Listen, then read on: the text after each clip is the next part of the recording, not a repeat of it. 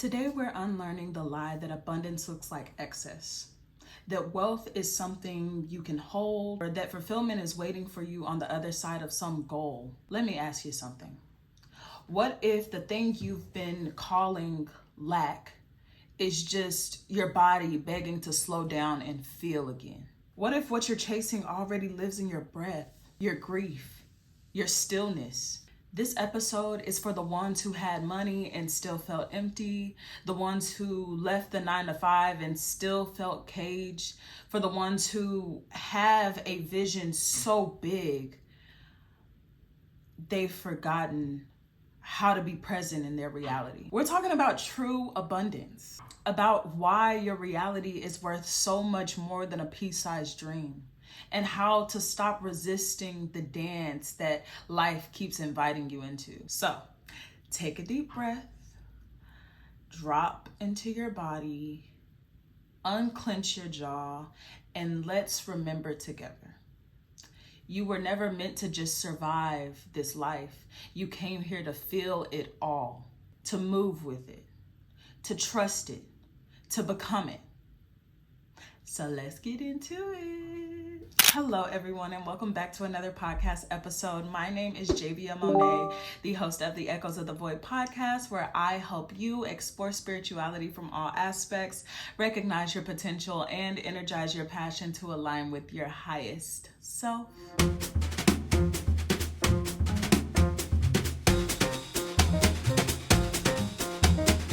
Segment 1.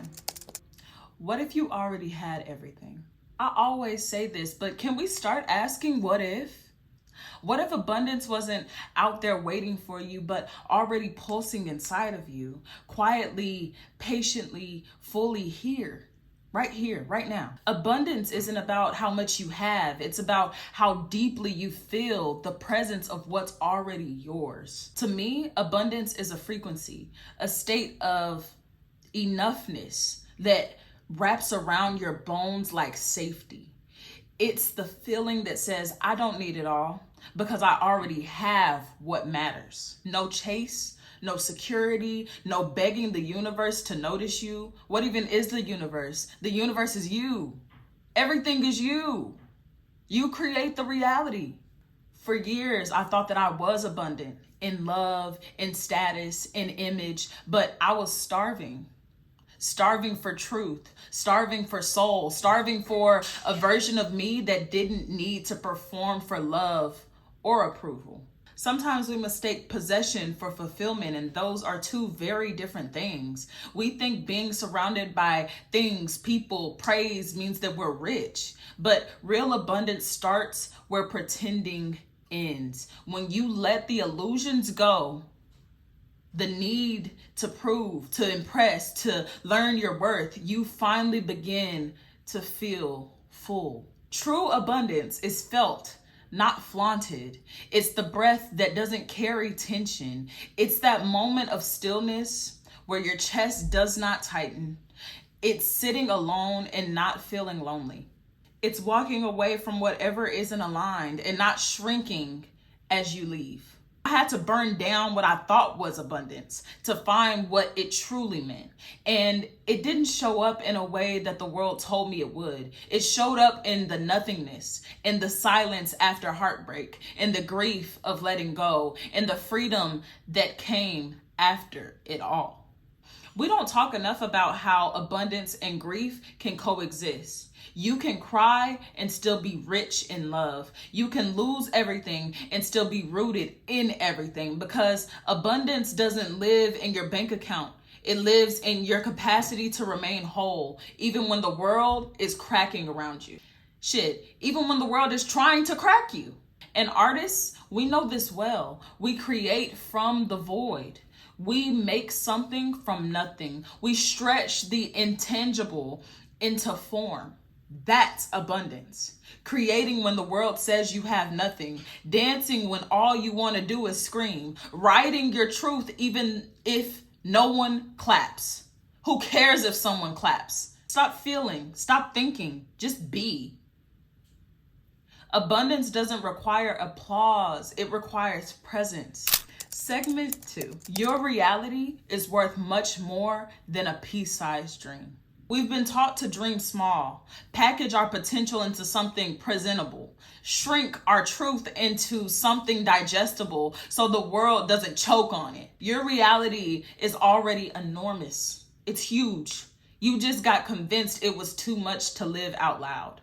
There were seasons where I traded my present for my fantasy, told myself I was manifesting when really I was just escaping. And even that had its wisdom, because losing myself in a dream forced me to wake up to what was actually mine. There's this lie we're sold that your dream only counts if it fits into a business card or comes with a title or has a 5-year plan. But your dream might look like rest. Your dream might sound like silence. It might be a van, a backpack, a plane ticket, or just the ability to say no without guilt. The problem isn't dreaming too big. It's shrinking the dream to fit inside someone else's logic. It's giving your power to people who lack your vision. Then wondering why it all feels so small. If you tell your dream to the wrong mirror, you'll start to question your reflection. So stop explaining your calling to those who weren't called with you. They won't get it. They're not supposed to. The truth is, the life that you're living right now is already miraculous. You've already survived so much. You've already manifested so much, but we don't celebrate it. And that's because it didn't come with fireworks. We want the quantum leap, right? But forget that existing is already an act of rebellion in a world that profits from your self-doubt. Your reality is sacred. Even the parts you think are behind, even the moments that feel unproductive, even your boredom is a portal if you're willing to sit in it. Segment 3, A-BUN-DANCE, the rhythm of receiving. Let's flip the word on its head. Not just abundance, but A-BUN-DANCE, a rhythm, a motion, a movement of soul through matter. A reminder that abundance isn't just something you get, it's something you become. Abundance is a dance with life, a holy sway with the unknown. It's trusting the beat even when you can't hear the full song yet. It's the way your body knows joy before your mind gives you permission. The way your spirit twirls through the chaos like, we're good anyway. Any way this goes, we're good. We're God. There's a reason why people feel closest to the divine when they're dancing, laughing, creating, or even moaning. Because those are the moments that the body takes the lead. And the body, she's been tuned into the frequency of abundance since birth. And you don't have to logic your way into overflow. You move your way into it. Dance is how the soul processes what the mind can't. Movement is how we shake off the dust of old beliefs, the lies that say you're too much or you haven't earned it yet. Who told you you have to suffer before you receive? The only person that you can believe that from is yourself. What if joy was the gateway? What if ease was the invitation? The body knows that's the frequency of abundance, not just attracting, but moving with. Last night, me and my love filled about 60 bottles of spring water from a natural well. Pure, cold, sacred water, free and flowing. And in the moment, I felt it. Everything I need is already here. Everything we need is already here. The world just taught us to forget. We buy what we already have for free. We choose what we already are. We beg for what's been inside of us all along. And that's why we have to move to remember. So yes, abundance is a dance. It's a vibration. It's what happens when you finally stop trying to control the tempo. Start trusting the flow. When the song of life gets quiet, when the beat drops out and life feels still, you keep moving anyway. That doesn't mean you have to move quickly. You can sit and enjoy the flowers for a little second, but you have to keep flowing. So move, laugh, sing, twerk in the mirror, walk barefoot in your truth, man. Live so full that your journey and your joy becomes a protest. Your creativity becomes your prayer. And let every step be a whisper to the universe. I remember who I am. I remember what I'm worth. Let your life be a stage. And your soul, let your soul dance, baby. Segment 4. The illusion of scarcity and the mirror of small dreams. We've been tricked. Taught that dreaming small is safe. That wanting less makes you holy.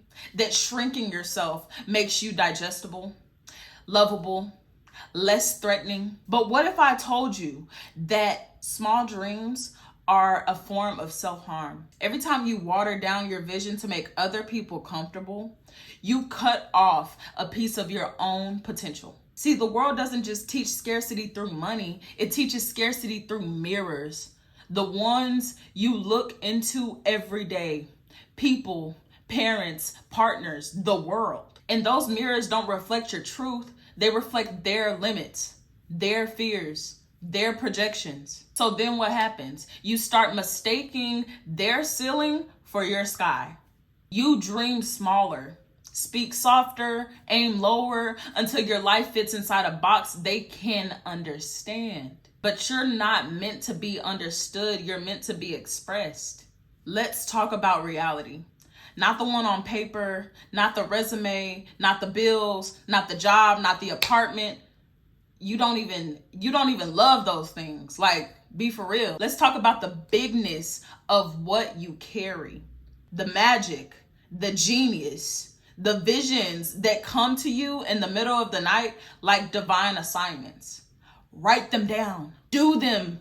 Use the idea because it came to 10 other people as well as you. Whoever gets to it first is who claims it. You claim it. That's your reality.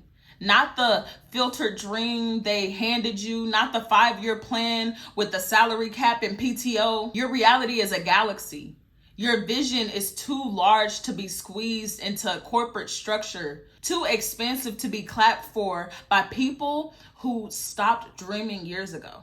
So what happens when you dream small? You lose touch with your own magic. You wake up wondering why you're anxious, bitter, uninspired, and it's because somewhere deep down, you know you've traded the infinite for the acceptable, the wild for the tame, the truth for an applause. But here's the medicine. You don't have to abandon your current life to live your dream life. You just have to infuse the two with intention. If you work a job, let it fund your vision. If you're in a city that feels too small, let it sharpen your imagination. Possibility doesn't require escape. It requires perspective. And abandonment, that's a lie scarcity tells you. You're not abandoning your life when you say yes to more. You're expanding it. And when someone doesn't believe in it, good. That's how you know it's sacred. And your only job is to just keep showing up. Not showing up for the world, showing up for yourself. Even when no one claps, even when it's lonely, even when your reality doesn't match the vision board yet. Because that board, it's not just fantasy, it's prophecy. So replace the pictures with your face. When you reach a milestone, capture it. Document your divinity in real time. The world needs less influencers, more expanders, more people who show up real, raw, and relentless in their bigness. No more small dreaming, man.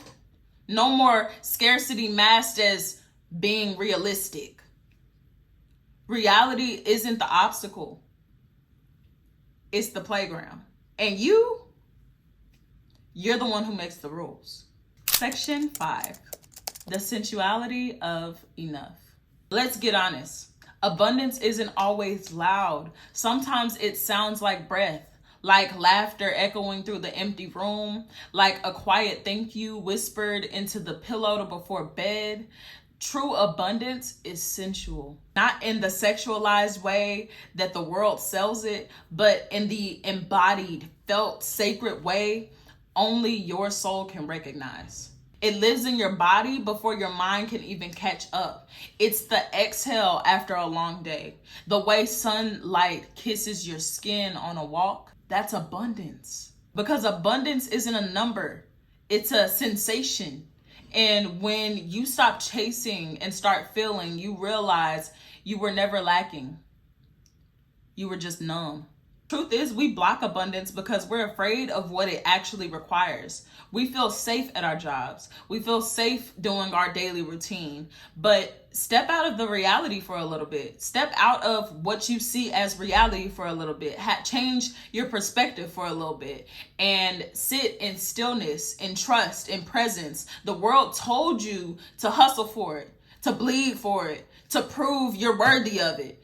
But abundance whispers, I've been here the whole time. You were just too distracted to notice. The notifications, the goals, the noise. You got overstimulated and called it success. You called burnout the grind. You confused movement with meaning, but your body remembers.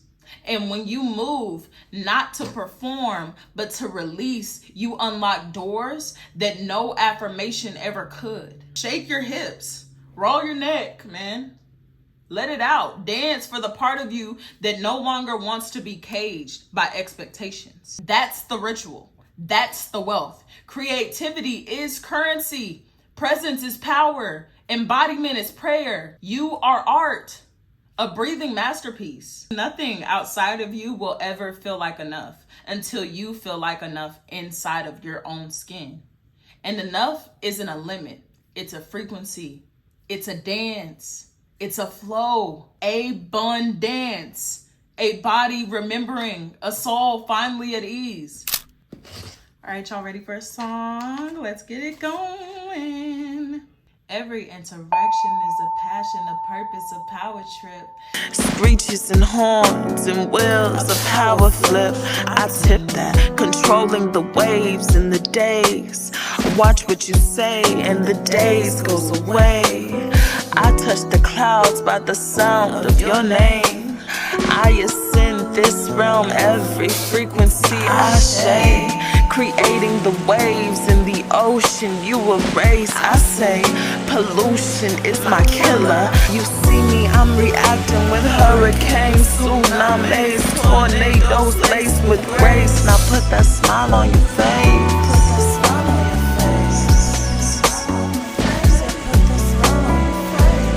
Smile on your face. Make sure that y'all go stream that on all platforms. Here's the conclusion. You were the portal all along. Abundance was never something to choose. It's not locked behind 6 figures, a new zip code, or a perfect relationship. It's not hiding in the vision board or waiting for planets to align. It's been sitting right here between your breath and your belief. You don't have to prove yourself worthy of the life you're craving. You just have to remember. You just have to be. You are the creator and the creation. The dream and the dreamer. You are the source of your reality. The cosmos wrapped in skin. So stop negotiating your expansion to make others comfortable. Stop that. Stop shrinking your truth into digestible sound bites. Stop that. Stop asking permission to be everything you already always have been. Stop that. You came here to move, to flow, to listen, to trust, to create, to A-BUN-DANCE your way through every cycle. Joy, grief, rage, softness, silence, rebirth. You came here to feel it all, to alchemize the chaos, to mirror back through your human form, to take this moment right now and ground into what you already have. Not just your hands, but your spirit, you know? Because abundance doesn't wait for somebody. Abundance is now. Abundance is you. So live richly. Speak your dreams. Move your body. Feel the power. Say yes to the wild, messy, beautiful fullness of life. And as always, embrace the void.